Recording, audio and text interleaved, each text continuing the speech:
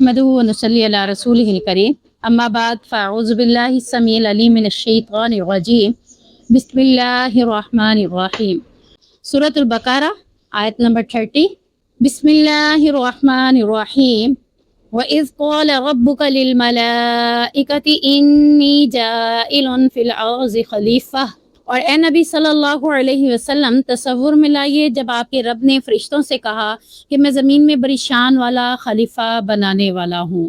قَالُوا أَتَجْعَلُ فِيهَا مَن يُفْسِدُ فِيهَا وَيَسْفِكُ الدِّمَاءَ۔ تو انہوں نے کہا تو اس میں اس کو خلیفہ بنائے گا جو اس زمین میں فساد برپا کرے گا اور خون ریزی کرے گا۔ وَنَحْنُ نُسَبِّحُ بِحَمْدِكَ وَنُقَدِّسُ لَكَ، جبکہ ہم تیری تعریف کے ساتھ ہر عیب سے تیرا پاک ہونا بیان کرتے ہیں اور تیری پاکیزگی بولتے ہیں۔ قَالَ إِنِّي أَعْلَمُ مَا لَا تَعْلَمُونَ، فرمایا بے شک میں جانتا ہوں جو تم نہیں جانتے۔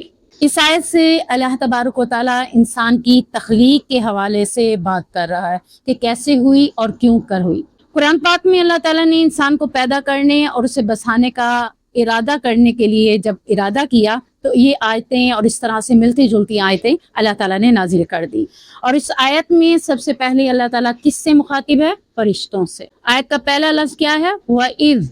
قرآن کی جس آیت کے آغاز میں وَإِذْ ہو تو اس سے یعنی کہ ایک قسم کا یعنی اب ہم کیا کہہ رہے ہیں، اور جب اس سے پہلے ایک لفظ مخفی ہوتا ہے، وہ کون سا لفظ ہے؟ اذکر، یعنی یاد کیجئے، تصور کیجئے، تذکرہ کیجئے، یعنی یہ بات نبی کریم صلی اللہ علیہ وسلم سے اللہ تعالیٰ کر رہا ہے۔ کیسے کر رہا ہے؟ اس کا صیغہ کہاں سے ملتا ہے؟ ربو کا سے ملتا ہے، تیرے رب نے، یعنی کس کو کہہ رہے ہیں؟ نبی کریم صلی اللہ علیہ وسلم۔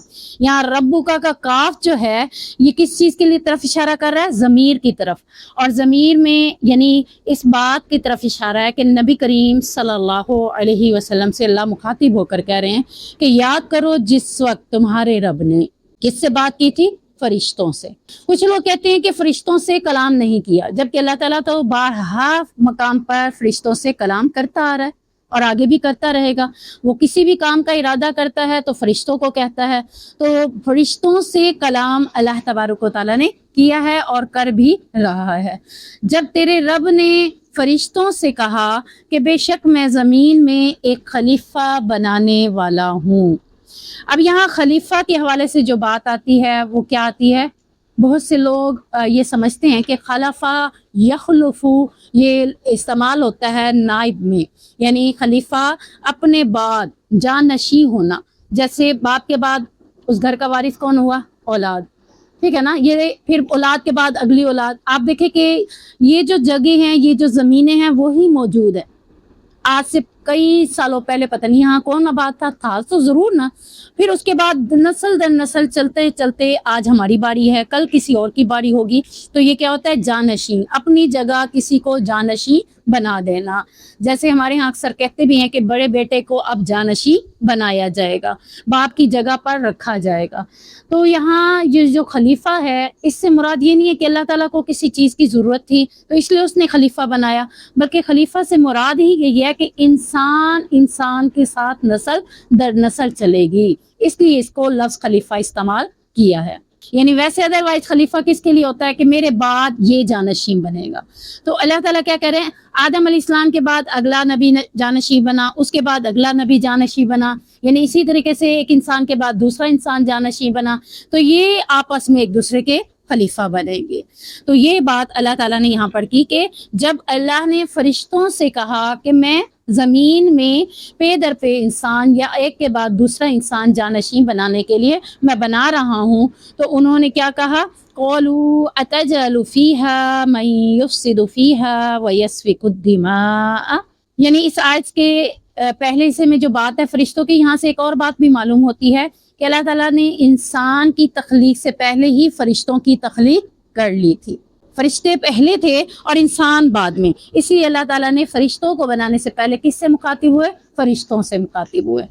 اب یہاں پہ ان فرشتوں کے حوالے سے ہی بات ہو رہی ہے کہ انہوں نے کہا کہ تو اس میں اس کو خلیفہ بنائے گا جو اس میں فساد برپا کرے گا اور خون ریزی کرے گا۔ یہ بات جو ہے کہ فساد برپا کرے گا یا خون ریزی کرے گا، یہ کس بیس پر انہوں نے بات کی تھی؟ کیونکہ فرشتے نے دیکھ لیا تھا کہ اللہ تعالیٰ زمین سے جب ایک زمین کی مٹی سے انسان کو بنا رہا ہے تو مٹی مختلف جگہوں پر مختلف نوعیت کی ہے، کہیں سخت ہے، کہیں نرم ہے، کہیں کالی ہے، کہیں سرخ ہے، یہ تو ہم پڑھ چکے ہیں نا۔ تو اس مٹی کی مختلف اقسام کی وجہ سے انسان بھی اس میں مختلف قسم کی چیزیں موجود ہوں گی، یعنی خون خرابہ بھی کر سکتا ہے، فساد بھی کر سکتا ہے۔ اور دوسرے جگہ پر مفسرین اس بات کی گہرائی میں جاتے ہوئے یہ کہتے ہیں کہ بطور پوچھنے کے لیے، اپنے علم کے لیے وہ پوچھ رہے ہیں کہ کیا تو انسان کو اس لیے بنا رہا ہے کہ وہ خون ریزی کرے گا یا فساد کرے گا یا کوئی اور مقصد ہے؟ یعنی جیسے ہم کہتے ہیں اس چیز کو بنانے کا مقصد یہ ہے، وہ کہتا نہیں، یہ نہیں ہے، یہ تھا، ٹھیک ہے نا۔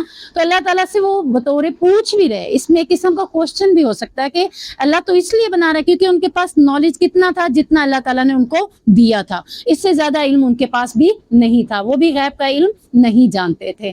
تو یہاں مفسرین کی دو رائے ہیں، ایک رائے میں یہی ہے کہ وہ اللہ سے پوچھ رہے ہیں نالج کی کمی کی وجہ سے، اور دوسری رائے یہ ہے کہ وہ یہ سمجھ گئے تھے کہ مٹی مختلف قسم کی ہے تو شاید یہ بندہ خون ریزی کرے گا، فساد برپا کرے گا۔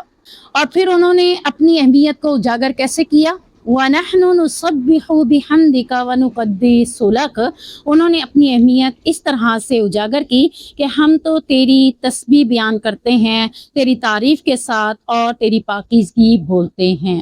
اس آیت میں خلیفہ جو لفظ استعمال ہوا ہے خلافت کا، تو یہ بھی دو معنی اس میں استعمال ہوا ہے، یعنی اس کی مزید تشریح میں ہم دیکھتے ہیں۔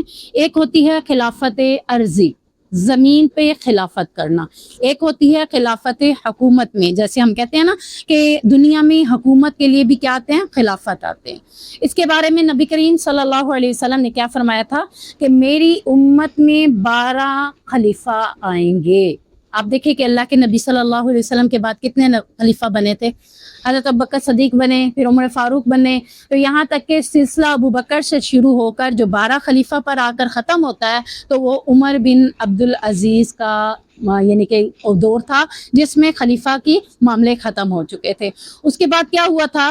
اب اس کے بعد بہت سے جگہوں پر نظام درم برم ہونا شروع ہو جائے۔ جب خلیفہ نہیں ہوگا، حکومت چلانے والا ہی کوئی نہیں ہوگا، تو پھر نظام درم برم ہو جائے گا۔ تو خلافت عرضی میں کیا آتا ہے؟ خلافت عرضی میں آتا ہے کہ اللہ تعالیٰ نے فرشتوں کے سامنے واضح کر دیا کہ میں زمین میں انسانوں کا سلسلہ آبادی کے لحاظ سے پے در پہ چلاؤں گا۔ تو یہ کیا ہے؟ خلافت عرضی، یعنی زمین پر ایک کے بعد دوسرا خلیفہ بنتا چلا جائے گا۔ اب یہ جو دوسری خلافت کا ذکر ہے، اس میں کیا ہے؟ مسلمان دنیا میں غالب ہوں گے۔ پیچھے ہم نے آیتوں میں پڑھا تھا کہ دنیا میں مسلمان غالب کیسے ہوں گے، حکومتیں کیسے ملیں گے انہیں، دنیا کے اندر غالب کیسے آئیں گے؟ جب وہ اللہ اور اس کے رسول صلی اللہ علیہ وسلم کی اطاعت کریں گے، ایمان اور عمل صالحہ میں پختہ ہو جائیں گے، تو اللہ تعالیٰ ان کے اوپر قوتیں بھی دے گا، طاقتیں بھی دے گا، غلبہ بھی دے گا، یہاں تک کہ بہت سی سرزمینوں کا مالک بھی اسی کو بنا دے گا۔ آپ دیکھیں کہ مکہ کے اندر، مکہ کا علاقہ بھی قریش مکہ کے پاس تھا۔ دین کو غالب آنے کے لیے جب لوگوں نے پے در پہ عمل شروع کر دیا، صحابہ کے اندر عمل صالحہ کی طرف بہت زیادہ ہو گئی کہ جب دیکھو مسجد میں پائے جاتے تھے، جب دیکھو عبادت کے اندر، اور یہاں تک کہ سکت نہیں تھی ان کے اندر، عبادت کرتے کرتے غش کھا جاتے، بے ہوش ہو جاتے، یعنی پھر بھی عبادت میں ہی لگے ہوئے تھے۔ پھر اللہ تعالیٰ نے مدینے کو فتح کیا، مکہ کو فتح کیا، یہاں تک کہ کتنے لوگوں، کتنے ملکوں کو فتح کر دیا تھا۔ تو یہ سب کیسے ہوا تھا؟ اسلام پر عمل کرنے کی صورت میں۔ تو اللہ تعالیٰ کہہ رہے ہیں کہ یہ جو دوسری خلافت ہے یہ کب ملتی ہے؟ جب تم اپنے آپ کو عمل صالحہ میں یا دین کے مطابق ڈھالتے چلے جاؤ گے، اور یہ نہیں دیکھو گے کہ اب میں نے اتنے عمل کر لیا ابھی بھی کچھ نہیں ہوا، اب میں نے اتنے عمل کر لیا ابھی بھی کچھ نہیں ہوا۔ اللہ جب تمہارے اندر خلوص کو دیکھے گا تو آٹومیٹکلی تمہیں فتوحات دینا شروع کر دے گا۔ تو ابھی کس چیز کی کمی ہے؟ ہمارے اندر خلوص کی کمی ہے، عبادتوں میں اخلاص کی کمی کی وجہ سے ابھی تک ہمیں فتوحات نہیں مل رہی۔ تو یہ جو دوسری خلافت ہے، اس سے مراد بھی یہی ہے کہ زمین میں جتنے بھی معاشرے ہیں، آبادیاں ہیں، جتنے بھی مذاہب ہیں، ان سب کا قلہ کما کب ہوگا؟ جب آپ عبادت میں اخلاص اختیار کر لیں گے۔ خلافت عرضی کا ذکر اللہ تعالیٰ نے کہاں کر دیا؟ سورۃ بقرہ میں۔ یہی کہا نا کہ میں زمین میں خلافت عرضی ہے نا، اور خلافت جو دوسری ہے جس کا ذکر اللہ تعالیٰ نے غلبہ والی خلافت کا کیا ہے، تو اس کا ذکر اللہ تعالیٰ نے سورۃ نور کے اندر بھی کیا ہے اور دوسرے مقام پر بھی کیا ہے۔ سورۃ نور میں اللہ تعالیٰ نے کیسے کہا ہے، وعد اللہ الذین آمنوا منکم وعملوا الصالحات لیستخلفنہم فی الارض کما استخلف الذین من قبلہم۔ اس آیت میں اللہ تعالیٰ کیا کہہ رہے ہیں کہ اللہ ان لوگوں میں سے جو تم میں سے ایمان لائے ہیں، نیک عمل کیا ہے، وعدہ کیا ہے کہ انہیں زمین میں ضرور خلیفہ بنائے گا، جس طرح ان لوگوں کو خلیفہ بنایا تھا جو ان سے پہلے تھے، اور انہیں ضرور اقتدار دے گا اور جسے اس نے ان کے لیے بھی پسند کیا تھا۔ ہر خوف جو ہے امن میں بدل جائے گا جیسے پہلے بدلا تھا۔ تو یہاں سے پہلی چیز کیا مل رہی ہے، آمنو وعملوا الصالحات۔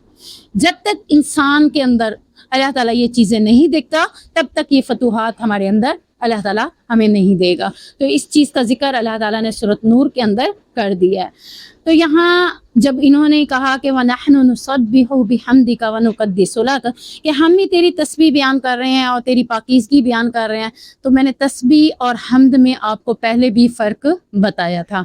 کسی کے ذہن میں ہے؟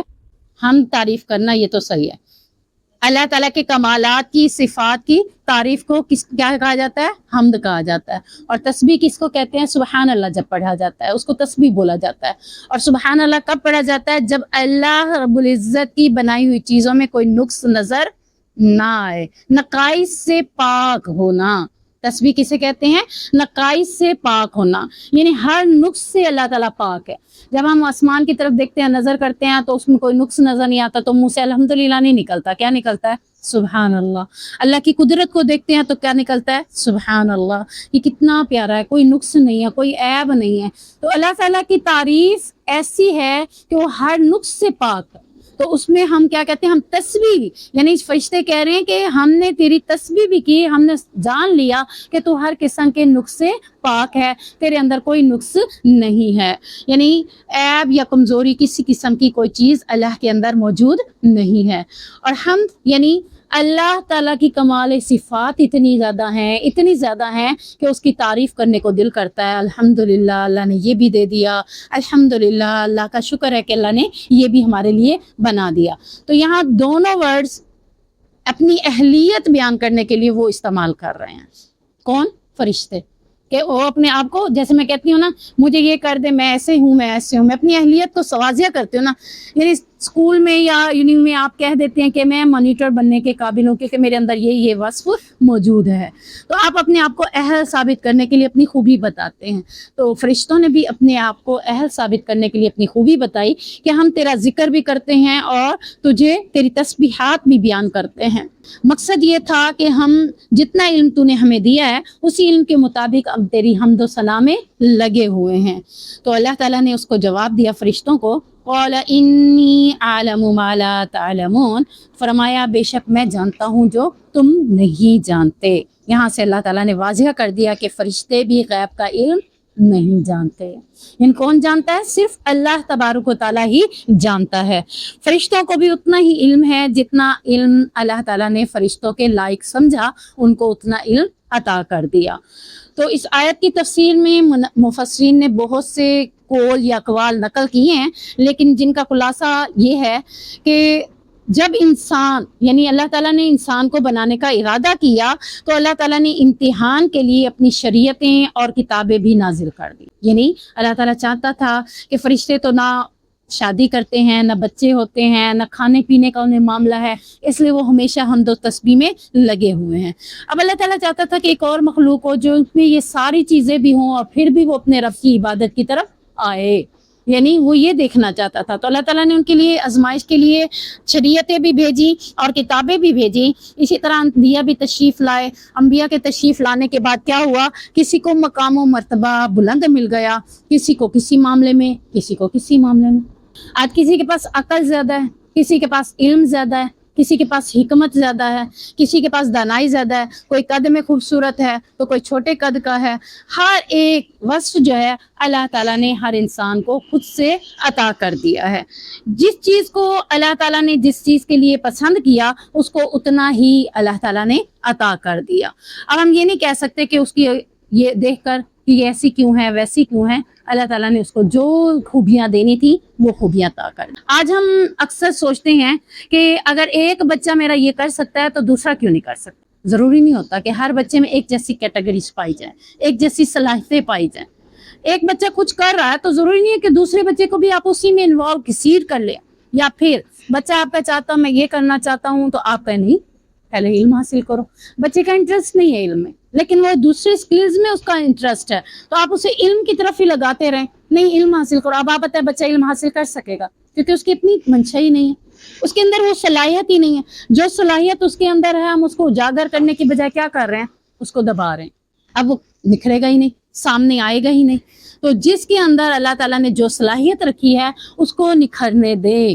آپ دیکھیں کہ کچھ ملکوں میں ایسا ہوتا ہے کہ بچوں کے اوپر چھوڑا جاتا ہے کہ ہم بچوں کو دیکھیں گے، بچوں میں جو سی چیز موجود ہوگی اسے اسی شعبے سے منسلک کریں گے۔ اور ہمارے ہاں کیا ہوتا ہے، بچہ 8 کر کے فارغ ہوتا ہے، 9 میں جاتا ہے، تم نے سائنس رکھنی، تم نے ڈاکٹر بننا۔ اب بچے کے اندر انٹرسٹ نہیں ہے لیکن ہم اسے وہ صلاحیت دینا چاہ رہے ہیں جو اس میں لینے کی صلاحیت ہی نہیں ہے۔ تو بہتر یہ ہے کہ اللہ تعالیٰ نے ہر انسان کے اندر مختلف قسم کی صلاحیتیں رکھ دی ہیں۔ اب اس صلاحیت کو اس کو زمانہ ہے کہ وہ کیا کرنا چاہتا ہے۔ بیٹا آپ کیا کرنا چاہتے ہیں؟ آپ کیا کرنا چاہتے ہیں؟ کرنا ضرور ہے کچھ، لیکن بتائیں تو صحیح آپ کیا کرنا چاہتے ہیں۔ پھر اگر وہ جو بتا رہا ہے اس میں آپ کو کچھ ڈاؤٹ لگ رہا ہے اس کی اصلاح کر دیں، اگر نہیں لگ رہا تو اس کو آپ پریفر کر لیں، بجائے پریفر کرنے کے آپ اس کو چھوڑ دیتے ہیں، اس کو کہتے ہیں یہ بھی کوئی چیز ہے، یہ بھی کوئی کرنے کا کام ہے، چلو چھوڑو اس کو، اس دیکھو تمہارے بھائی نے ایسے کیا، تمہاری بہن نے ایسے کیا، یہ وہ اتنے مارکس لے، تم نے بھی اتنے لینے ہیں۔ ضروری نہیں ہوتا ہر ایک کو ایک دوسرے سے آپ ملائیں۔ بہتر یہ ہے کہ اللہ تعالیٰ کہہ رہا ہے کہ فرشتوں کو میں نے فرشتوں جیسی صلاحیتیں دی، انسان کو انسان جیسی صلاحیتیں دی۔ تو اب یہاں پر اللہ تعالیٰ کہتے ہیں میں جانتا ہوں کس کو کون سی صلاحیتیں دینی ہیں۔ تو یہاں بہت سے لوگوں کو اللہ تعالیٰ نے کیا بنا دیا؟ انبیاء بنا دیا۔ بہت سے لوگوں کو صلاحیت میں کیا بنا دیا؟ صدیقین بنا دیا۔ بہت سو کو شہداء بنا دیا، صالحین بنا دیا۔ یہ 4 ایسے عہدے ہیں جن کے بارے میں اللہ تعالیٰ کیا کہتا ہے؟ صراط الذین انعمت علیہم۔ یہ 4 قسم کے لوگ ایسے ہیں جنہیں اللہ تعالیٰ کہتا ہے کہ میں نے ان پر انعام کیا، انبیاء پر، صدیقین پر، شہداء پر اور صالحین پر۔ انبیاء آپ نہیں بن سکتے، صدیقین تو بن سکتے ہیں نا۔ کیسے صدیقین؟ ابو بکر صدیق بن گئے کہ نہیں بن گئے؟ صدیقین ہے نا۔ کیسے شہادت دی تھی؟ جب ایک شخص نے آ کر کہا، ایک صحابی نے آ کر کہا کہ اللہ کے نبی کہہ رہے ہیں میں راتوں رات اسرا معراج کر کے آیا ہوں، کیا تو ابو بکر تم کہتے ہو کہ اللہ کے نبی کر آئے ہوں گے؟ اور اتنی دیر میں یعنی اقصی مسجد میں بھی گئے، اسرا معراج سارا کچھ کر کے آ گئے ہیں۔ تو ابو بکر صدیق نے یہ نہیں کہا، یہ ناممکن ہے۔ کیا کہا؟ اگر اللہ کے نبی کہہ رہے ہیں تو کر آئے ہوں گے۔ یہ کیا تھا؟ صدیق، تصدیق کرنے والا۔ تو صدیقین میں آپ بن جائیں، سچوں میں بن جائیں تو آپ بن سکتے ہیں۔ اور پھر آپ پہ کیا ہوگا؟ انعام۔ اللہ نے جن پر انعام کیا، ہم یہ کہہ رہے ہیں اللہ ہمیں ان لوگوں میں شامل کر دے جن پر تو نے انعام کیا۔ صدیقین کے بعد شہداء بھی آپ بن سکتے ہیں، صالحین بن سکتے ہیں۔ شہداء کیا ہے؟ کہ آپ ہمیشہ شہادت کی طرف اپنے دل میں رکھیں۔ اللہ کے نبی صلی اللہ علیہ وسلم نے فرمایا شہادت کی طرف جب تمہارے دل میں ہے، چاہے تم بستر پر بھی وفات پاتے ہو تو تمہیں شہادت کا درجہ دے دیا جاتا ہے۔ کتنی پیاری چیز ہے یہ نہیں؟ اب دیکھیں کہ غزہ کے اندر کتنے شہید ہو رہے ہیں، تو اب بعض لوگ ان کے اوپر بڑے سیڈ بھی ہوتے ہیں، وہ ایک اپنی جگہ، لیکن انعام تو ہو گیا ان کے اوپر اللہ تعالیٰ کا۔ اللہ تعالیٰ نے انہیں موت تو دینی ہی دینی تھی لیکن شہداء والی موت انہیں مل گئی، اس سے بڑا اعزاز ان کے لیے اور کیا ہے؟ تو اسی طرح ہم بھی دل میں یہ طرف رکھیں جیسے حضرت عمر فاروق نے رکھی تھی۔ کیا کہتے تھے؟ اللہم ارزقنی شہادتا فی سبیلک واجعل موتی فی بلد رسولک، یعنی اللہ مجھے شہادت کی موت بھی دے اور نبی کے شہر میں دے۔ لوگ بڑے حیران ہوتے تھے کہ مدینہ میں تو امن ہی امن ہے، تو شہادت کی موت مدینے میں انہیں کیسے مل سکتی ہے؟ ملی کہ نہیں ملی تھی؟ ملی تھی نا۔ تو دل میں جو طرف ہو، جو جذبہ ہو، جو شوق ہو، جو خواہش ہو، سچے دل سے آپ کریں گے تو وہ آپ کو ضرور عطا کر دی جائے گی۔ تو اللہ کے نبی نے ویسے بھی کہہ دیا کہ اگر دل میں شہادت کا جذبہ ہے تو انشاءاللہ بستر پر بھی موت آئی تو شہداء میں لکھے جاؤ گے۔ اس کے بعد ہے صالحین، نیکوکار، یعنی کوئی بھی نیکی آپ اسے اپنے سے اگنور نہیں کریں گے۔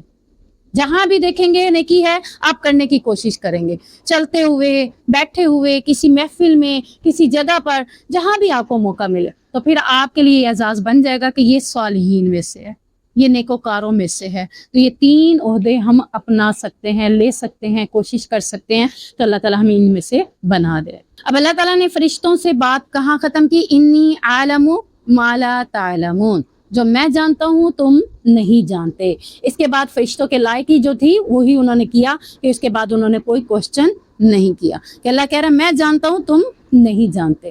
اب جب کوئی کہہ دیتا ہے میں بہتر جانتا ہوں تم نہیں جانتے، تو اس کے بعد اگلا پھر بھی بحث کرے تو یہ کیا ہوگی؟ اس کی بے وقوفی کہلائی جاتی ہے۔ بھئی جب وہ تمہیں کہہ رہے تم نہیں جانتے تھے، میں جانتا ہوں تمہارے بارے میں یا تمہارے اس معاملات کے بارے میں، تو بہتر ہے کہ اس کی بات کے اوپر سٹاپ لگا دینا چاہیے۔ یہاں سے ہمیں ایک سبق مل رہا ہے کہ جب بھی کوئی کہے کہ میں جانتا ہوں تم نہیں جانتے، یہ اکثر کون کہتے ہیں؟ پیرنٹس اپنے بچوں کو بعض اوقات کہتے ہیں بیٹا میں جانتا ہوں نا، معاشرے کو میں نے دیکھا ہوا ہے، آپ نے نہیں دیکھا ہوا، تو میں تمہیں یہ کہہ رہا ہوں تو یہ تمہارے لیے بہتر ہے یا یہ چیز ہے۔ تو بچے آگے سے بحث نہیں کریں گے، انہیں یہ بتائیں گے کہ یہاں پر سٹاپ لگ جاتا ہے، یہ بات ختم ہو جاتی ہے، کیونکہ انہوں نے ایک زندگی گزاری ہے، وہ دیکھ رہے ہیں اور اسی کی وجہ سے وہ آپ کو وہ بات کہہ رہے ہیں۔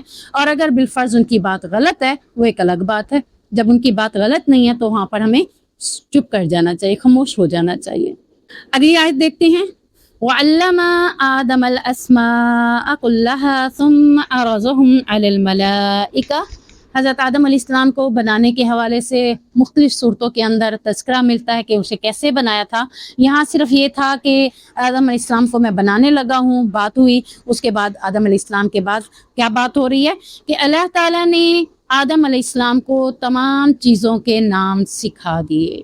کلھا ثم عرضهم علی الملائکہ، یعنی سارے نام سکھانے کے بعد کیا کیا؟ پھر انہیں فرشتوں کے سامنے پیش کیا۔ فقال انبئونی باسماء ہؤلاء ان کنتم صادقین، پھر کہا مجھے ان چیزوں کے نام بتاؤ اگر تم سچے ہو۔ کچھ مفسرین اس آیت کی تشریح کرتے ہوئے کہتے ہیں کہ اللہ تعالیٰ نے آدم علیہ السلام کو جن چیزوں کے نام سکھائے تھے فرشتوں کو نہیں سکھائے تھے۔ اب آپس میں مقابلہ کرنے کے لیے دونوں کو بٹھا دیا، یہ ان کی اپنی ایک تشریح ہے، ایک اپنی سوچ ہے، ایسا کچھ بھی نہیں ہے۔ اصل اس کی تفسیر میں ہم یہ دیکھتے ہیں کہ اللہ تعالیٰ کہہ رہے ہیں میں نے آدم علیہ السلام کو کچھ نام سکھائے۔ میں نے ابھی آپ کو بتایا کہ جو علم، جو صلاحیت جس کو دینی ہوتی ہے اسی کو دی جاتی ہے، دوسروں کو نہیں دی جاتی۔ اب حضرت آدم علیہ السلام کو زمین پہ بھیجنا تھا، تو زمین کی مختلف چیزوں یا زمین کے مختلف معاملات کے نام یا مختلف چیزوں کا علم حضرت آدم علیہ السلام کو دیا تھا، جس کا تعلق فرشتوں کے ساتھ تھا ہی نہیں، اور جو فرشتوں کو دیا جاتا۔ تو اللہ تعالیٰ نے حضرت آدم علیہ السلام کو جو نام سکھا دیے تو پھر فرشتوں کے سامنے لے آئے کہ اور فرشتوں سے کہا کہ بتاؤ وہ نام جو یہ بتانا چاہتا ہے، جو علم یہ بتانا چاہتا ہے، تم بتاؤ۔ اب یہاں باور کیا کرانا چاہ رہے تھے اللہ تعالیٰ؟ انی عالم ما لا تعلمون، کہ میں نے نہیں کہا تھا جو میں جانتا ہوں وہ تم نہیں جانتے۔ تو کیا ہے کہ جو علم میں نے تمہیں نہیں دینا تھا وہ تمہیں نہیں دیا، جو ان کو دینا تھا وہ اس کو دیا، اس کے لیے مجھے انسان کو بنانا تھا۔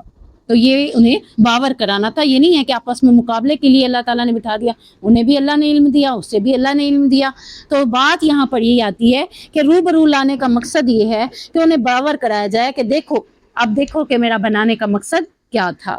فقال انبئونی باسماء ہؤلاء، انہیں جب کہا کہ تم ان ناموں کی خبر دو تو اگر تم اپنی بات میں سچے ہو۔ کون سی بات میں؟ وَنَحْنُ نُسَبِّحُ بِحَمْدِكَ وَنُقَدِّسُ لَكَ، انہوں نے یہی بات کی تھی نا کہ ہم پاکیزگی بیان کرتے ہیں، تیری حمد و ثنا میں لگے ہوئے ہیں۔ تو اللہ تعالیٰ نے کہا اچھا چلیں ٹھیک ہے، سب کچھ تم کرتے ہو تو اب بتاؤ اگر تم اپنی بات میں سچے ہو۔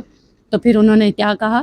قالوا سبحانک لا علم لنا الا ما علمتنا، تو انہوں نے کہا کہ بے شک تو پاک ہے، ہمیں علم نہیں مگر جو تو نے ہمیں سکھا دیا۔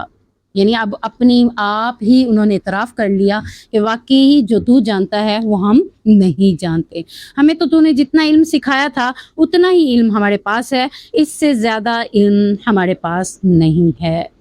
اب یہاں اللہ تعالیٰ نے انسان کو کون سی چیز زیادہ دے دی؟ فرشتوں سے علم۔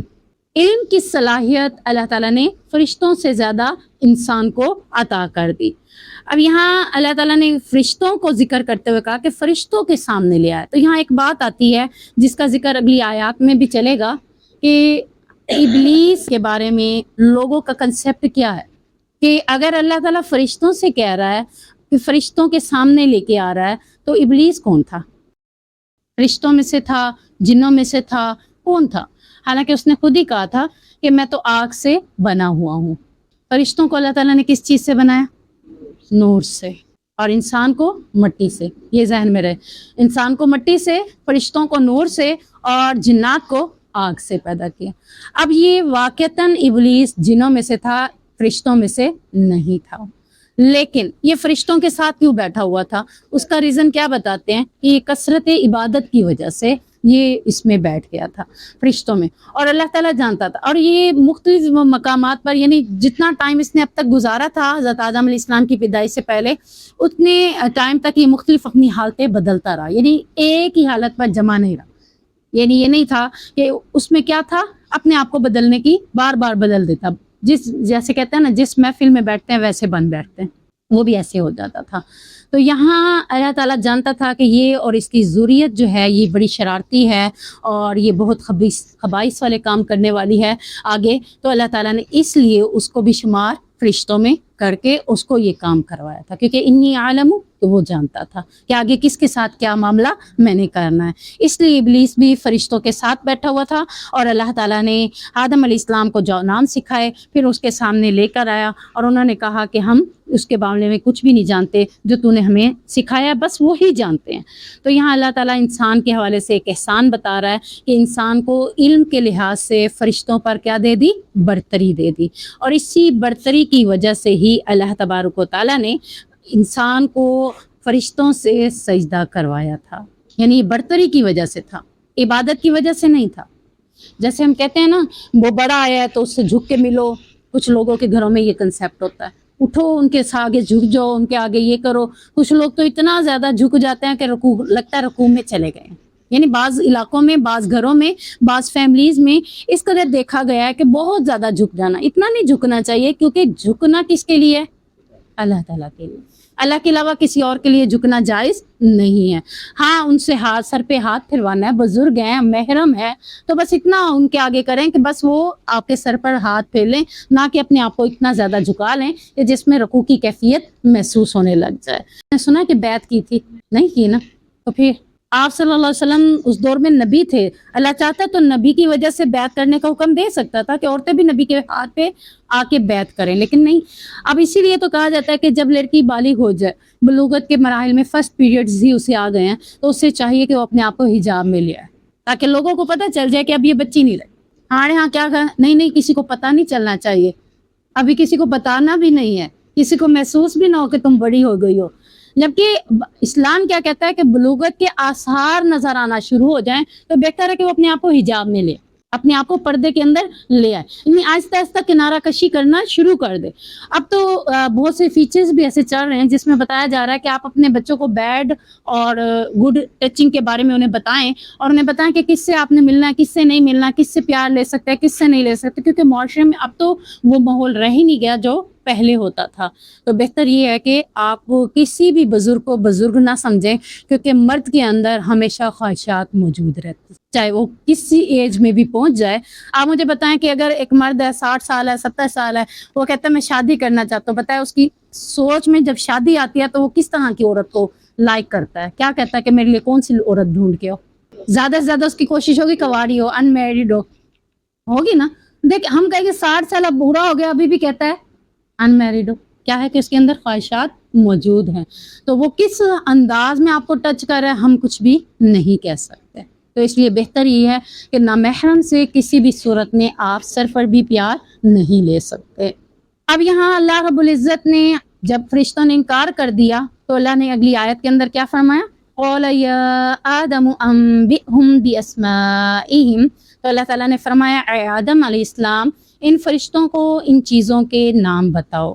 فلما انبأہم باسمائہم، پس جب آدم علیہ السلام نے فرشتوں کو ان چیزوں کے نام بتا دیے، قال الم اقل لکم انی اعلم غیب السماوات والارض، تو کہا کیا میں نہیں کہتا تھا کہ بے شک میں جانتا ہوں زمین و آسمان کے غیب کو، وَأَعْلَمُ مَا تُبْدُونَ وَمَا كُنتُمْ تَكْتُمُونَ، اور میں جانتا ہوں جو تم ظاہر کرتے ہو اور جو تم چھپاتے ہو۔ یعنی اب اللہ تعالیٰ نے آدم علیہ السلام کو ضرورت زندگی کے لیے زمین کے اوپر جتنی بھی چیزیں تھیں یا جتنے بھی علم تھا جو انہیں بتانا تھا وہی نام بتائے تھے. اب حضرت آدم علیہ السلام سے جب کہا تم بتاؤ تو انہوں نے فوراً بتا دیے کیونکہ وہ تو سیکھ چکے تھے اللہ تعالیٰ نے انہیں جو سکھایا تھا. تو اسی علم کی وجہ سے اللہ تعالیٰ نے ان فرشتوں سے کہا تھا کہ جس چیز کا علم میں کہتا ہوں مجھے ہے تمہیں نہیں ہے تو اس معاملے میں تم بات نہ کرو. بے شک میں زمین و آسمان کے ساری چھپی ہوئی باتوں کو جانتا ہوں. یعنی کس کو دیندار بنانا ہے, کس کو نہیں بنانا, کس کو دین کی سمجھ دینی ہے, کس کو ہدایت والا بنانا ہے, کس کو نہیں بنانا. کیوں؟ کیونکہ اللہ جانتا ہے کہ اس کے اندر کیٹیگریز ہیں کہ نہیں, صلاحیت ہے کہ نہیں ہے. جیسے ابلیس کے بارے میں نے ابھی آپ کو بتایا کہ اللہ تعالیٰ جانتا تھا کہ اس کی اولاد اور یہ آگے خبائث کام کرنے والی ہیں اور شرارتیں کرنے والی ہیں, زمین میں فساد اور برپا کرنے والی ہیں. تو اللہ تعالیٰ نے اس کو بہت زیادہ عبادات میں کر کے فرشتوں میں لے آیا, فرشتوں میں لے کر پھر اسے دور کر دیا. تو سم ٹائم یہ بھی ہو سکتا ہے کہ اللہ تعالیٰ ہمیں کسی چیز کے قریب کر کے پھر دور کر. تو بہتر ہے کہ جب آپ دین کے قریب آئیں تو کیا دعا پڑھیں؟ یا مقلب القلوب ثبت قلوبنا علی دینک, یا مصرف القلوب صرف قلوبنا علی طاعتک. یہ دعائیں آپ کثرت کے ساتھ پڑھیں کہ اللہ تعالیٰ نے آپ کو دین کے ساتھ جوڑ بھی دیا ہے تو اللہ تعالیٰ اس کو جوڑے رکھے. کیونکہ بہت سی واقعات ایسے بھی ملتے ہیں کہ جن میں ہے کہ آخری وقت میں اللہ تعالیٰ اسے گناہ کے کاموں کی طرف لگا دیتا ہے اور پھر موت اس کی اسی پہ آتی ہے اور وہ جہنم میں چلا جاتا ہے. ساری زندگی اس نے نیکیاں کی لیکن اس کے اندر کچھ ایسی چیز تھی جس کی وجہ سے اللہ تعالیٰ نے آخری وقت میں اس کو اس طرف لگا دیا. تو اللہ تعالیٰ ہمارے دلوں کو اپنی اطاعت کے ساتھ جوڑے رکھے. کیونکہ ایک لیمٹ میں آ کے عورت کے لیے پردے کو چھوڑنے کی گنجائش آ جاتی ہے نا, کہ اب یہ عورت اگر اسے مینسز نہیں آتے, اس کے اندر شادی کی خواہش نہیں ہے, مینسز کے ساتھ یہ چیز بھی ساتھ ہو, کیونکہ اب تو مینسز بہت جلد ختم ہو جاتے ہیں, پیریڈس. تو اس کے ساتھ ہی دوسری شرط کیا رکھی ہے کہ عورت کے اندر جب شادی کا جذبہ نہ رہے تو وہ اپنا پردہ اتار سکتی ہے. یعنی آپ اس کے سامنے ایسے جا سکتے ہیں. لیکن اگر آپ خوبصورت ہیں, فوراً کہا گیا اگر آپ خوبصورت ہیں, آپ کے اندر حسن و جمال زیادہ ہے تو بہتر ہے ابھی بھی آپ اپنے آپ کو پردے میں ہی رکھیں. فتنہ پھیلنے کا ڈر ہے. اگر آپ اتنے خوبصورت نہیں ہیں اور آپ کی ایجڈ بھی بہت زیادہ ہو گئی اور آپ کا مسئلہ ہے تو آپ اپنا پردہ اتار دیتی ہیں تو اس صورت میں ان کے سامنے آ سکتے, پھر بھی ٹچنگ نہیں ہے کیونکہ وہ آپ کے لیے نامحرم ہی ہے. بس یہی چیزیں ہیں نا, اس میں ہمارے ہاں بھی یہی ہوتا ہے, بڑے ہیں اٹھو سلام کرو, پیار لے لو, یا پھر بچوں کے دوستوں کو ہم یہ سمجھتے ہیں ہمارے بچوں جیسا ہے, تو یہ چیزیں ہمارے گھروں میں معیوب نہیں سمجھی جاتی کیونکہ وہ ایک ماحول بن جاتا ہے. جب ماحول بن جائے نا تو پھر اسی طریقے سے ہوتا ہے. اب یہاں پہ اللہ تعالیٰ کیا کہہ رہے ہیں کہ میں علیم ہوں, عالم علیم ہوں, جانتا ہوں. اب یہ اللہ تعالیٰ کی کون سی صفت ہے؟ علم کی وسعت کس کے پاس ہے؟ اللہ تعالیٰ کے پاس ہے. یعنی سارا کا سارا علم کس کے پاس ہے؟ اللہ تعالیٰ کے پاس ہے. اللہ تعالیٰ کا علم اس کا ذاتی ہے, ہمارا علم ذاتی نہیں, ہمیں اس نے عطا کیا ہے. ہمارے پاس جو علم ہے عطائی علم ہے, اللہ کے پاس جو علم ہے وہ کیا ہے؟ ذاتی. یعنی ایسے میں کہتی ہوں یہ میری ذاتی چیز ہے, یہ مجھے کسی نے دی ہے.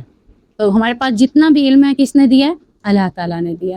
تو اللہ تعالیٰ سے دعا کریں گے اللہم انفعنی بما علمتنی وعلمنی, یعنی علم کے اضافے کی دعا بھی کریں گے اور نفع بخش علم بھی حاصل کرنے کی کوشش کریں گے. تو علم کس نے آپ کو عطا کرنا ہے؟ اللہ تعالیٰ نے. تو اللہ تعالیٰ سے ہم اس علم کو لیں گے. تو یہ میری اپنا کوئی, یعنی اس میں وہ نہیں ہے کہ صلاحیت کہ میرے پاس اتنا علم ہے, یہ مجھے کس نے دیا ہے؟ اللہ تعالیٰ نے. عطائی علم میرے پاس موجود ہے. اب اس آیت کے اندر مزید اللہ تعالیٰ کیا کہہ رہے ہیں؟ غیب السماوات والارض وَعَلَمُ مَا تُبْدُونَ وَمَا كُنْتُمْ تَكْتُمُونَ, اور میں ہی جانتا ہوں جو تم ظاہر کرتے ہو اور جو تم چھپاتے ہو. یعنی تمہاری چھپی ہوئی باتوں کو بھی کون جانتا ہے؟ یہ ہے اللہ کا علم. ہم کسی کی چھپی ہوئی باتوں کو نہیں جانتے. وہ بظاہر میرے ساتھ بہت اچھا لگ رہا ہے, مجھے نہیں پتا اندر اندر سے مجھے کتنی گالیاں دے رہا ہے, اندر اندر سے وہ مجھے کتنا برا بھلا کہہ رہا ہے. آ کر مجھے گلے مل لیتا ہے, ابھی صلح ہو گئی, اندر سے اس کا کیا ہے میں نہیں جانتی. لیکن اللہ تعالیٰ کیا کہتا ہے؟ میں جانتا ہوں تمہارے اندر کیا ہے. یعنی ایک باپ کے بارے میں آتا ہے کہ بیٹے نے چاہ کے آپ صلی اللہ علیہ وسلم سے شکایت کی, آپ صلی اللہ علیہ وسلم نے باپ کو بلوایا. اب باپ راستے میں سوچتا آ رہا ہے, باتیں کرتا آ رہا ہے, یعنی اپنے آپ سے ہی باتیں اندر ہی اندر کر رہا ہے, کسی اونچی آواز سے نہیں کر رہا, کسی سے بول کے نہیں کر رہا. جب اللہ کے نبی صلی اللہ علیہ وسلم کے پاس پہنچتا ہے تو اللہ تعالیٰ نے آپ صلی اللہ علیہ وسلم کو وحی کے ذریعے بتایا کہ یہ راستے میں ایسے ایسے سوچتا ہوا آ رہا ہے. تو آپ صلی اللہ علیہ وسلم نے جب یہ بتایا کہ آپ نے ایسے ایسے سوچا یا ایسے ایسے بات کی, تو کہا کہ میرا رب ہی جانتا تھا, اس نے بھی آپ کو ضرور یہ بتایا ہو. تو حالانکہ بیٹے نے شکایت کیا کی تھی کہ باپ میرے پیسے اٹھا لیتا ہے اور مجھے بتاتا بھی نہیں ہے. تو اللہ کے نبی صلی اللہ علیہ وسلم نے بعد میں کہا کہ تو اور تیرا پیسہ تیرے باپ ہی کا تو ہے. تو یہاں دیکھیں کہ یعنی والدین کو غم پہنچانا کتنا بڑی بات ہے، کہ وہ دل میں دکھی ہو کے آ رہے تھے، تو اللہ تعالیٰ نے وہ ساری باتیں نبی کریم صلی اللہ علیہ وسلم کو بتا دی. اللہ تعالیٰ علم کے ساتھ ساتھ کیا ہے، حکمت والا بھی ہے. وہ جانتا ہے، دانائی اسی کے پاس ہے کہ کس کو کیا دینا ہے. حکمت اسی کو کہا جاتا ہے نا، کہ وہ جانتا ہے بہتری ہمارے بارے میں، ہم اپنے لیے بھی بہتر نہیں جانتے. تو ہمیں ہمیشہ کیا کہنا چاہیے، اللہ جو میرے حق میں بہتر ہو وہ مجھے عطا کر دے، نہ کہ یہ اللہ مجھے یہ بھی دے دے، یہ بھی دے دے، یہ بھی دے دے. یا اللہ جو میرے حق میں بہتر ہے تو وہ مجھے عطا کر دے. اللہ میرے حق میں جو بہتر نہیں ہے وہ مجھ سے دور کر دے. اب یعنی فرشتوں نے اتنا ہی کہا کہ جو ہم علم دیا تھا وہی جانتا ہوں، اس کے علاوہ ہم کچھ بھی نہیں جانتے. تو اللہ تعالیٰ نے کہا کہ میں تو وہ علم بھی جانتا ہوں جو تم چھپاتے ہو اور جو تم ظاہر کرتے. وَإِذْ قُلْنَا لِلْمَلَائِكَةِ اسْجُدُوا لِآدَمَ فَسَجَدُوا إِلَّا إِبْلِيسَ. اور وہ وقت بھی یاد کیجئے. اب دیکھیں اس میں بھی وَإِذْ آ رہا ہے تو اذکر کیا ہو گیا، مخفی ہو گیا. یاد کیجئے، اس وقت کو یاد کیجئے جب ہم نے فرشتوں سے کہا کہ سجدہ کرو حضرت آدم علیہ السلام کو، پس سجدہ کیا سب نے مگر ابلیس نے نہ کیا. اب واستکبر، اس نے کہا، اس نے انکار کیوں کیا اور تکبر کیوں کیا. وَكَانَ مِنَ الْكَافِرِينَ، جب اس نے انکار کیا اور تکبر کیا تو وہ کافروں میں سے ہو گیا.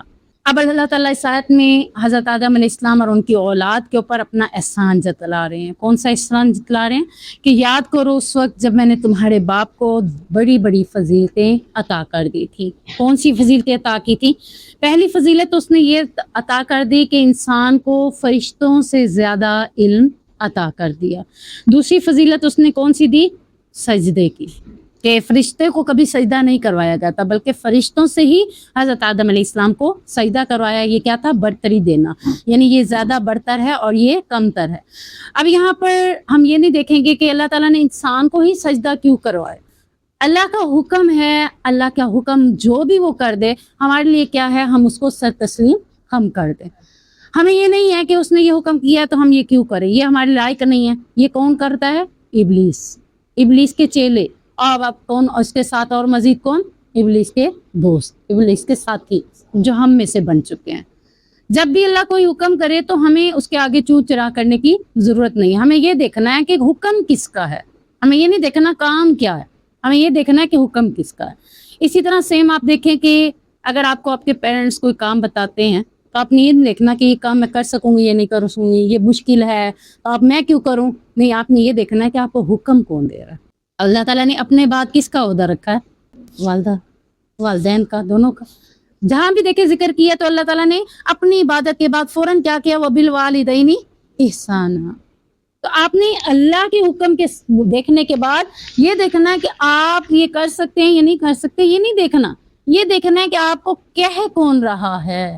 جب آپ کے اندر یہ چیز آئے گی نا کہ مجھے کون کہہ رہا ہے تو میں نے اس کی بات ماننی ہے یا اپنی کرنی ہے. اپنی کرنے والا کون ہے؟ ابلیس. آپ نے اپنی بات مانی، امی کی نہیں مانی، تو آپ نے کیا کیا؟ ابلیس والا کام کیا نا.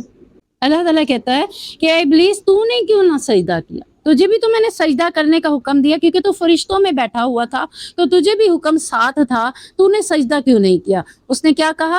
میں نے اس لیے انکار کیا کہ تکبر آ گیا. میں تو آگ سے بنا ہوں، یہ تو مٹی سے بنا ہوا. میں تو امیر ہوں، یہ تو غریب ہے. میں تو سفید ہوں، گورا ہوں، یہ تو کالا ہے. میں تو اتنا پڑھ لکھ گیا ہوں، یہ تو ان پڑھ ہے. اللہ تعالیٰ نے یہ چیزیں نہیں دیکھنی. اللہ تعالیٰ نے کیا دیکھنا ہے؟ اخلاق دیکھنا ہے. امیر ہیں یا غریب، اللہ نے امیری غریبی کو دیکھنا ہی نہیں. اللہ نے گورے اور کالے کو بھی نہیں دیکھنا. اللہ نے دیکھنا کیا ہے؟ اخلاق دیکھنا ہے. آپ کے اندر اخلاق کیا ہونا چاہیے کہ اللہ تعالیٰ نے آپ کو جو حکم دیا ہے، آپ کو ارد گرد جو حکم مل رہا ہے، آپ نے اس کو دیکھنا ہے، نہ کہ یہ دیکھنا ہے کہ میں کوئی چیز ہوں. عمومی طور پر معاشرے کے اندر دیکھا جائے تو یہ میں بہت زیادہ آ چکی ہے. اور یہ دیکھیں نا، شیطان نے کیا کہا تھا کہ اللہ مجھے مہلت دے، میں اپنے ساتھ لوگوں کو لے کر جہنم میں جاؤں گا. جب ابلیس میں آ گئی اور مجھ میں آ گئی، اب میں اللہ کی بندی ہوں، یہ ابلیس کی بندی ہوں. خود ہی دیکھیں نا، اپنا موازنہ ہم خود کریں. اگر میرے میں بھی میں ہے، میں کسے کہتے ہیں؟ تکبر. نہیں، میں تو ایسی ہوں، میں کیوں کروں، میں کیوں کروں. آپ نے مجھے کہا ہی کیوں ہے؟ تو شیطان بھی یہی کہہ رہا ہے، ابلیس بھی یہی کہہ رہا ہے کہ میں تو آگ سے بنا ہوں، میں کیوں اس کو سجدہ کروں، یہ تو کم تر ہے، میں تو برتر ہوں۔ اللہ تعالیٰ نے کہا کہ تو نے یہ کیوں نہ دیکھا کہ تجھے حکم کس نے دیا تھا۔ اب جو دنیا میں سب سے پہلا گناہ ہوا تھا وہ کون سا ہوا تھا؟ حسد۔ حسد کس وجہ سے آتا ہے؟ تکبر کی وجہ سے۔ یعنی آپ یہ نہیں کہہ سکتے کہ تکبر پہلے آیا تھا اس کے دل میں پہلے کیا آیا تھا؟ حسد آیا تھا کہ میں، اللہ تعالیٰ مجھے سجدہ کراتا، میں برتر تھا، یہ حسد آیا تو اس نے فوراً تکبر کر لیا کہ میں اسے کیوں سجدہ کروں۔ اب جہاں پہ پہلا جرم اور پہلا گناہ حسد، یعنی قسم کس کی ہے؟ تکبر ہی آیا، اور یہ تکبر ایسا گناہ ہے جس کے بارے میں آتا ہے، عبداللہ بن مسعود بیان کرتے ہیں کہ آپ صلی اللہ علیہ وسلم نے فرمایا جس کے دل میں رائی کے دانے کے برابر بھی تکبر ہوگا وہ جنت میں نہیں جائے گا۔ رائی کا دانہ بہت چھوٹا سا ہوتا ہے، یعنی کسی کے دل میں چھوٹی سی بھی انا نہیں ہونی چاہیے۔ میں اگر آپ کو کہتی ہوں یہاں مٹی پہ بیٹھ جائیں، ویسے بھی تو آپ گھاسوں پہ جا کے بیٹھتے ہیں نا، پارکوں میں، لان میں جا کے بیٹھتے ہیں، کچھ وہاں بھی جا کے نہیں بیٹھتے اپنی انا کی وجہ سے۔ تو اگر اللہ تعالیٰ ہمیں زمین پہ سجدہ کرنے کا حکم دے رہا تو ہمیں کرنا ہی ہے نا انشاءاللہ۔ اب آپ دیکھیں جب اللہ تعالیٰ اپنے گھر بلاتا ہے، عمرے کے لیے جاتے ہیں، احرام کے لیے جاتے ہیں، نماز پڑھنے کے لیے جاتے ہیں، وہاں امیری غریبی کے لیے الگ الگ صفیں نہیں ہوتی، وہاں سبھی اکٹھے ہو جاتے ہیں، اللہ کی صف میں سب برابر ہو جاتے ہیں۔ تو رائی کے دانے کے برابر بھی آپ کے دل میں تکبر نہیں آنا چاہیے، کیونکہ تکبر کیا ہے؟ تکبر ایسا گناہ ہے جس سے بہت بڑی بڑی بیماریاں یا بڑے بڑے گناہ جنم لیتے ہیں۔ تکبر کی وجہ سے بھی ظلم زیادہ ہوتا ہے، غضب بھی کرتے ہیں، ظلم و زیادتیاں بھی کرتے ہیں، دوسروں کے حق بھی مارنے کی کوشش کی جاتی ہے، اور تکبر بیماریوں اور گناہوں کی جڑ ہے، جیسے کہتے ہیں نا جھوٹ جڑ ہے، اسی طرح تکبر بھی گناہوں کی اور بیماریوں کی جڑ ہے۔ جب جڑ ہی رہ جائے تو اوپر گناہ تو ہوتے ہی رہیں گے، جڑ ختم کریں گے تو گناہ ختم ہو جائیں گے۔ تو اپنے اندر اس کو ہم نے انشاءاللہ ہے بھی صحیح تو نکالنا ہے، نہیں ہے تو اللہ کا شکر ادا کرنا ہے کہ الحمدللہ اللہ تعالیٰ نے مجھے ایسا نہیں بنایا۔ اب جب فرشتے نے سجدہ کیا تو وہ کون لوگ ہو گئے؟ اطاعت کرنے والوں میں ہو گئے، اور جب ابلیس نے سجدہ کرنے سے انکار کر دیا تو اس کو اللہ تعالیٰ نے کیا کہا؟ وَقَانَ مِنَ الْكَافِرِينَ، تو کافروں میں سے ہو گیا، تیرے لیے بھی کیا ہے اب؟ جہنم۔ وَعِدَّتْ لِلْكَافِرِينَ، جو کافروں کے لیے تیار کی وہ تیرے لیے بھی اب تیار کر دی ہے۔ اب یہاں پہ دیکھیں کہ تعظیم کا جو سجدہ ہے وہ پہلی امتوں میں جائز تھا یا نہیں تھا؟ تھا، کیونکہ آپ دیکھیں حضرت یوسف علیہ السلام کے دور میں حضرت یوسف علیہ السلام کو آ کر ان کے بھائیوں نے تعظیمی سجدہ کیا تھا۔ تو یہ یعنی عبادت کا سجدہ کسی بھی دور میں کسی بھی امت میں جائز نہیں تھا، تعظیمی سجدہ کچھ امتوں میں جائز تھا، جیسا کہ حضرت یوسف علیہ السلام کے دور میں ہوا۔ اور پھر عبداللہ بن عفا کہتے ہیں کہ جب معاذ شام سے آئے، یعنی معاذ ایک صحابی تھے، تو انہوں نے آ کر نبی کریم صلی اللہ علیہ وسلم کو سجدہ کیا۔ آپ صلی اللہ علیہ وسلم نے فرمایا معاذ یہ کیا؟ انہوں نے کہا میں شام گیا تو میں نے وہاں کے لوگوں کو دیکھا کہ وہ اپنے پادریوں اور سرداروں کو سجدہ کرتے ہیں، مجھے اپنے دل میں یہ بات اچھی لگی کہ ہم لوگ آپ کے ساتھ تعظیم اور احترام کا یہ طریقہ اپنائیں۔ تو آپ صلی اللہ علیہ وسلم نے فرمایا تم یہ کام نہ کرو، اگر میں کسی کو اللہ کے سوا سجدہ کرنے کا حکم دیتا تو عورت کو حکم دیتا کہ وہ اپنے خاوند کو سجدہ کرے، یعنی تعظیمی سجدہ بھی صرف عورت کو حکم ہوتا کہ وہ خاوند کو کرے، لیکن ہے ہی نہیں، ہماری شریعت میں ہے ہی نہیں، تو پہلی امتوں میں یہ موجود تھا۔ اسی طرح آپ سورۃ نمل پڑھیں گے تو اس میں بھی ہے، سبا ملک کا نام ہے، اس میں بھی جو اس دور کی یہ شہزادی تھی یا سلطنت کو سنبھالنے والی تھی، اس کو بھی وہ لوگ تعظیمی سجدہ کیا کرتے تھے۔ تو جب تک اللہ نے چاہا، جس امت میں چاہا تعظیمی سجدہ رکھا، اور جب اللہ نے ختم کرنا چاہا تو ختم کر دیا۔ اب یہاں پر اللہ کے نبی صلی اللہ علیہ وسلم نے سختی سے منع کر دیا، پوری امت کے لیے یہ واضح ہو گیا نا کہ اللہ کے نبی نے کہا کہ نہیں تم ایسا نہیں کرو گے۔ تو یہاں آپ دیکھیں کہ کتنے لوگ تعظیمی سجدے کے ساتھ ساتھ عبادتی سجدے کر رہے ہوتے ہیں، گر گرا کر ان سے مانگ رہے ہوتے ہیں۔ تو گر گرا کر ان سے مانگنا کیا ہے؟ آپ خود دیکھیں کہ وہ تو ایک عبادت ہو جاتی ہے نا، کہ گر گرا کر مانگنا، اللہ کے سوا کسی اور سے گر گرا کر مانگا ہی نہیں جا سکتا۔ جتنی گڑگڑاہٹ کرنی ہے اللہ کے سامنے کریں، جتنا رونا ہے اللہ کے سامنے روئیں، جتنا خلوص دکھانا ہے اللہ کو دکھائیں۔ تو آپ دیکھیں کہ کچھ لوگ سجدہ کرنے کے لیے درباروں پہ چلے جاتے ہیں، رو رو کر منتیں مانگ رہے ہوتے ہیں، دھاگے باندھ رہے ہوتے ہیں۔ اب یہ دیکھیں کہ اللہ کے نبی نے سختی سے منع کر دیا کہ اے معاذ تم ایسا نہیں کرو گے، یعنی نبی کے ساتھ بھی سجدہ تعظیمی نہیں کر سکتے، تو نبی کے بعد کوئی اتنا لائق کیسے ہو سکتا ہے کہ اس کو تعظیمی سجدہ کیا جا سکے۔ تو یہاں پر یہ چیز بھی ہمیں مل گئی کہ یہ سب چیزیں کیا ہیں، غلط ہیں، شریعت میں ان کا حکم نہیں ہے۔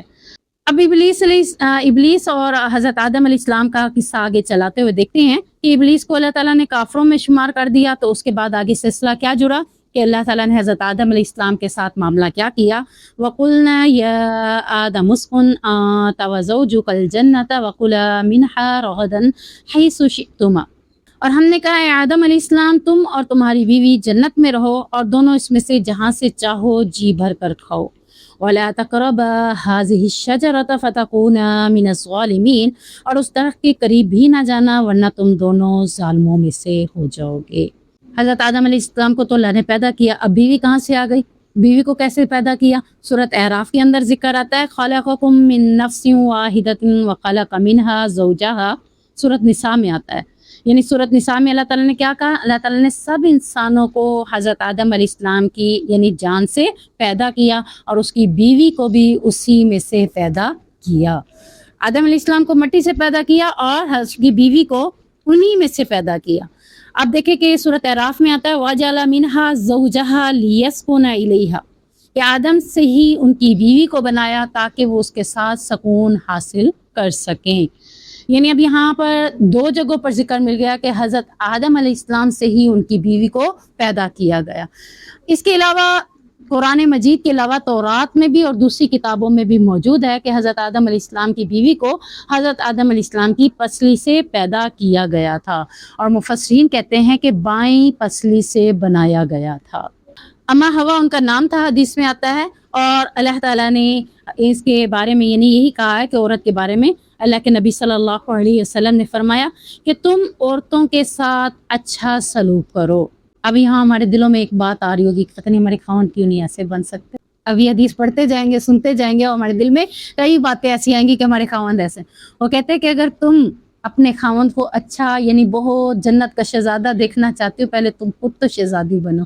یعنی ہمارے اندر بھی کمیاں ہوتی ہیں، کمی ان کے اندر ہے تو کمی ہمارے اندر بھی ہے، لیکن اللہ کے نبی صلی اللہ علیہ وسلم کا مردوں کے لیے خصوصی حکم کیا ہے کہ تم عورتوں کے ساتھ اچھا برتاؤ کرو، کیونکہ عورت پسلی سے پیدا کی گئی ہے اور پسلی میں سب سے ٹیڑھا حصہ اس کے اوپر والا ہے۔ اگر تم اسے سیدھا کرنا شروع کرو گے تو اسے توڑ ڈالو گے۔ ہوتا ہے نا، ٹوٹ جاتی ہیں عورتیں، بالکل ختم ہو جاتی ہیں، بس وہ کہتے ہیں اب تو زندگی گزار رہی ہیں، ایسے ہی لگ رہا ہوتا ہے نا انہیں۔ تو اگر اسے اس کے حال پر چھوڑ دو گے تو ہمیشہ ٹیڑھی رہے گی، لہٰذا عورتوں کے متعلق بھلائی کی وصیت قبول کرو۔ یعنی یہ نبی کی وصیت ہے کہ تم ان کے ساتھ کیا کرو؟ بھلائی کرو، یعنی ان سے حسن سلوک کے ساتھ پیش آؤ۔ حوا کی خصلت پیدائشی اعتبار سے عورتوں میں پائی جاتی ہے، اس لیے آپ صلی اللہ علیہ وسلم نے عورتوں کے ساتھ نرمی کرنے کا حکم دیا۔ دوسری حدیث میں کیا آتا ہے کہ آپ صلی اللہ علیہ وسلم نے فرمایا یہ بھی مردوں کے لیے ہی ہے، تم میں سے بہتر وہ ہے جو اپنی بیوی کے ساتھ اچھا سلوک کرتا ہے، اور میں اپنی بیویوں کے ساتھ تم سب کی نسبت اچھا سلوک کرتا ہوں۔ اب ان حدیث سے کیا پتہ چلتا ہے کہ عورت تخلیقی اعتبار سے کمزور ہے، اصلی ٹیڑھی ہے نا، ٹیڑھی چیز ہے، کمزور ہے، تو اللہ تعالیٰ عورت کی پیدائشی طور پر اسے کیا بتا رہے ہیں کہ وہ کمزور ہے، لہٰذا اس سے بھلائی کرنا، خیر خواہی کا رویہ اختیار کرنا، نرم طریقے سے اس کے ساتھ پیش آنا، یہ اس کے لیے ضرورت ہے، جبکہ آج معاشرے میں یہ چیزیں نہیں ملتی۔ اب آپ دیکھیں کہ لڑکیوں کی تو تربیت میں کافی کردار اپنا دیتا ہے، اور لڑکوں کی باری آتے کو نہیں اس کو کچھ نہ ہو، یہ بیٹا ہے بیٹا ہے بیٹا کرتے کرتے اس کو اتنی چھوٹ۔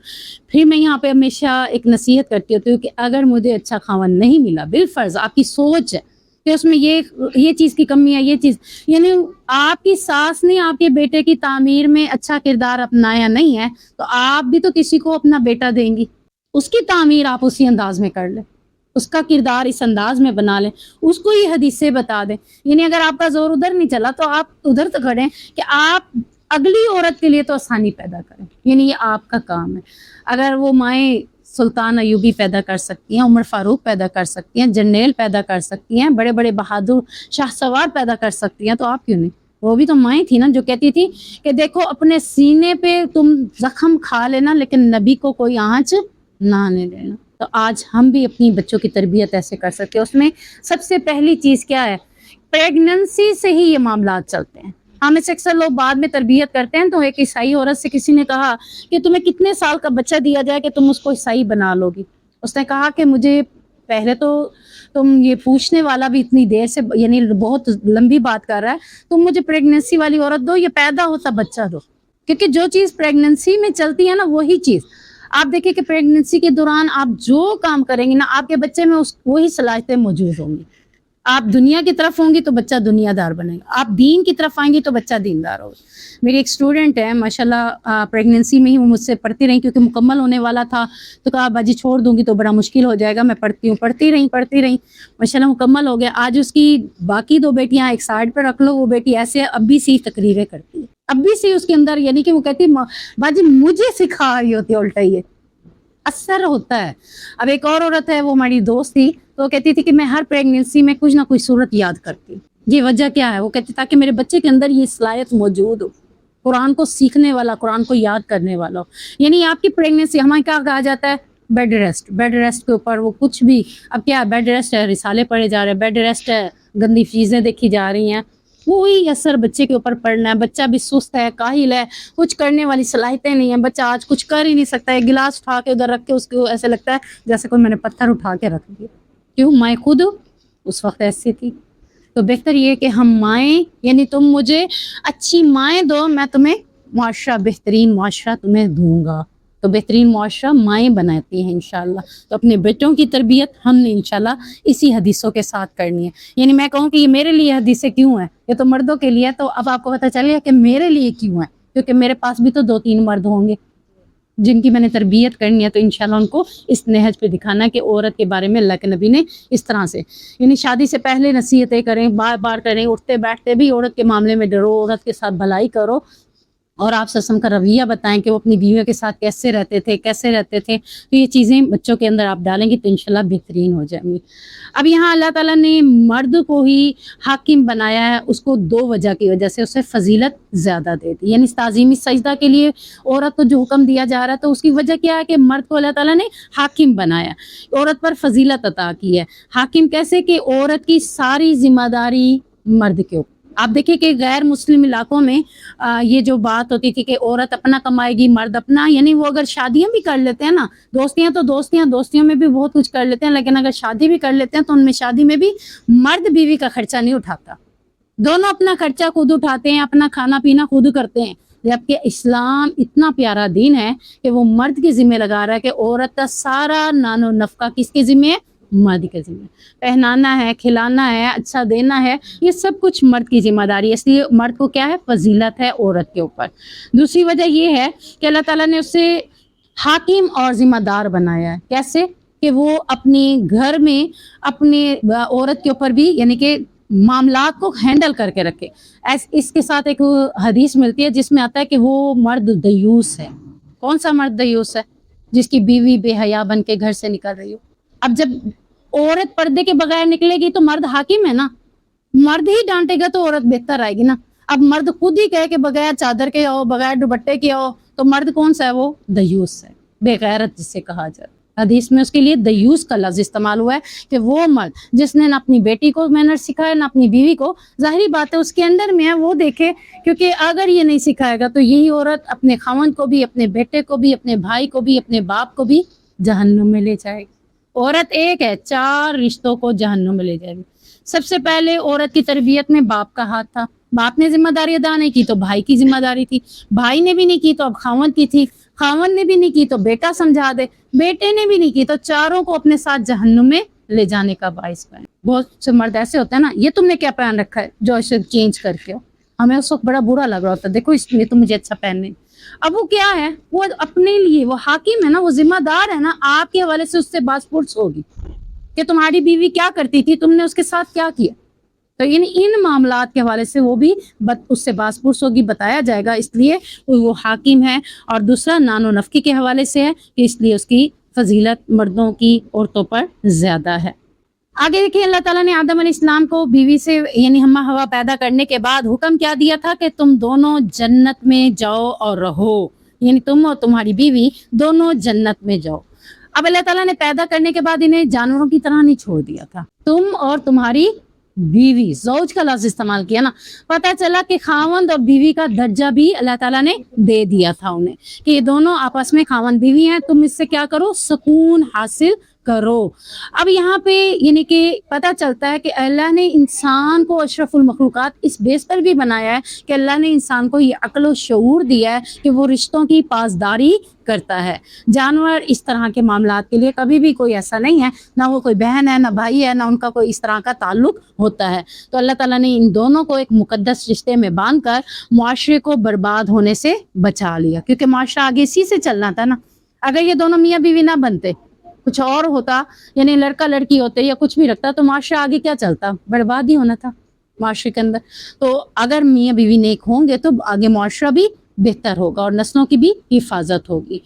اب اللہ تعالیٰ نے آزمائش کے طور پر یہ بات کی تھی۔ کچھ لوگ کہتے ہیں کہ گندم والا درخت تھا، کچھ کہتے ہیں انگور والا درخت تھا، کچھ کہتے ہیں انجیر کا درخت تھا۔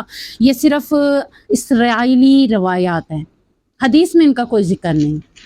قرآن و حدیث میں صرف اتنا ذکر ملتا ہے کہ اس درخت کے پاس نہ جاؤ، اور وہ درخت بھی کوئی خاص درخت نہیں تھا، صرف آزمائش کے لیے تھا کہ آزمانا تھا۔ ساری جنت میں چھوٹ دے دی کہ جہاں جاؤ کھاؤ پیو، اب آزمانا تھا۔ اللہ تعالیٰ نے تو صرف ایک درخت کا اشارہ کر دیا کہ اس درخت کے پاس تم نے نہیں جانا۔ تو اس درخت کے پاس نہ جانے کی وجہ کیا ہے کہ تم پھر اس وقت کیا ہو جاؤ گے، ظالموں میں سے۔ یعنی اگر تم نے اس درخت کے پاس اپنے آپ کو پایا تو پھر تم اس وقت ظالم ہو جاؤ گے۔ ظالم کیوں؟ کہ اللہ کے حکم کی نافرمانی کرو گے۔ یہ نہیں ہے کہ اس کا کھانا حرام تھا یا اس کا پینا حرام تھا یا اس کو ٹچنگ حرام تھی، بس یہ ہے کہ اللہ کا حکم ہے، حکم کو حکم سمجھو اور اس کے قریب نہ جاؤ۔ تو یہ بات تھی جس کی وجہ سے ان دونوں کو منع کیا جا رہا تھا۔ لہٰذا بہت سے لوگ طرح طرح کی اس میں روایات پیش کرتے ہیں جو کہ من گھڑت ہیں، یہ اسرائیلی اپنے طور پر پیش کرتے تھے، حدیثوں میں اس کا کوئی ذکر نہیں ملتا۔ بس اتنا کنسیپٹ ہے کہ ایک درخت تھا جس سے منع کر دیا اور ان کے پاس جانے کے لیے انہیں بتا بھی دیا کہ جب تم اس بات کی نافرمانی کرو گے تو اس وقت تم ظالموں میں سے ہو جائیں گے۔ اس کو مزید آگے کنٹینیو انشاءاللہ نیکسٹ کلاس میں کریں گے۔ سبحانک اللہم و بحمدک، اشہد ان لا الہ الا انت، استغفرک و اتوب الیک۔